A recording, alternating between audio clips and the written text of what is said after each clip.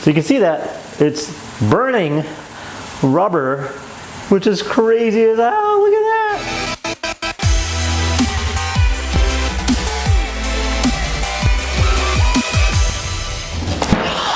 What's up, everybody? Welcome back to an all-new episode of Conflicts. Today we'll be looking at a new scooter. That is right, this year it was sent over by abascooter. It is a company that is defined on making cheaper scooters, which we haven't really seen. Now, these here are quite affordable, priced at around $350, which is still a lot of money. Anyways, so we're gonna be looking at this and seeing what it's all about. Hopefully it's kind of cool stuff here. Not exactly sure which model they sent us, but we'll find out very shortly. So this is the box that they sent us. It's just like a regular brown box. Now let's go and open this up and see what's on the inside. A few things going on here. So we have ourselves a power adapter on the top, and we have our scooter, which is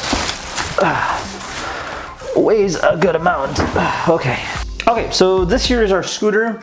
Now, first impressions, assembling it is quite simple. You literally just go ahead and open it up, put on the handlebars, and you're ready to go. Now, that's always a plus. The only thing that I really don't like is the materials that they used. I mean, the tires have a very high gloss finish, and I can't imagine them being that quite durable in terms of going over different obstacles. The plastic that they use is quite flimsy, and you have these exposed bolts and screws. You even have some reflective tape on here, and kind of looks kind of tacky.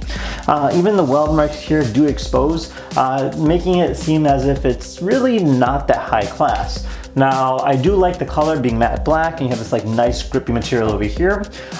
In terms of how it performs, I really don't know just yet, but we'll find out right away. So let's go ahead and take this thing down and try it out. All right, so we're outside here, so we're gonna try this out. So we'll go and place it on the ground just like this and push this button right over here. This will go ahead and release it, and then we can go ahead and lift it up and lock into place. Now, in terms of controls go, you have a screen right over here. The only downside is that the screen is broken. So I can't really give you more feedback in terms of what speed it's going and stuff of that nature. All right, so let's see how this works. All right, so it's pretty quick.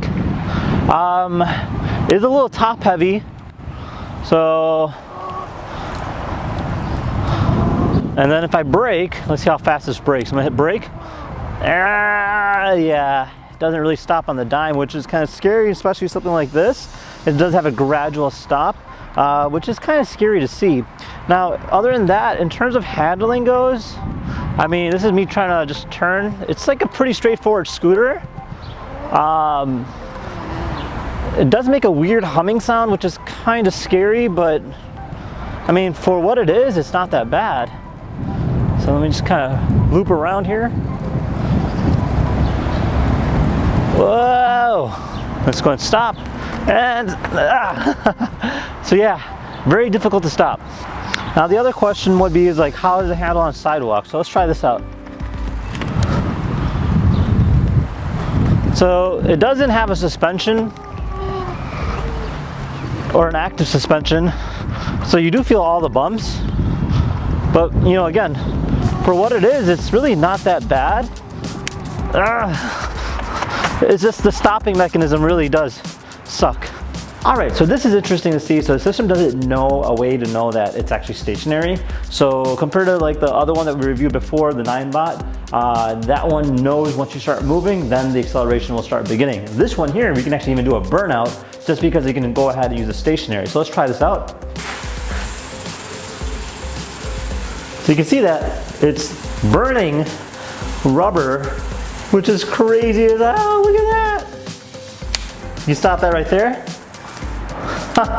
Oh my God, look at that.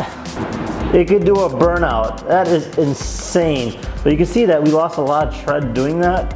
Pretty crazy stuff. And there you have it. This here's the abascooter. Definitely a very average scooter if you're looking for something that'll get you from point A to point B.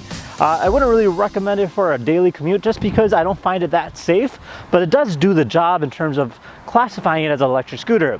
Now, it does come with a lot of different features, including a headlight on the front, a screen giving you the miles per hour if it actually worked, as well as toggling between the different speeds too, which we can't really see.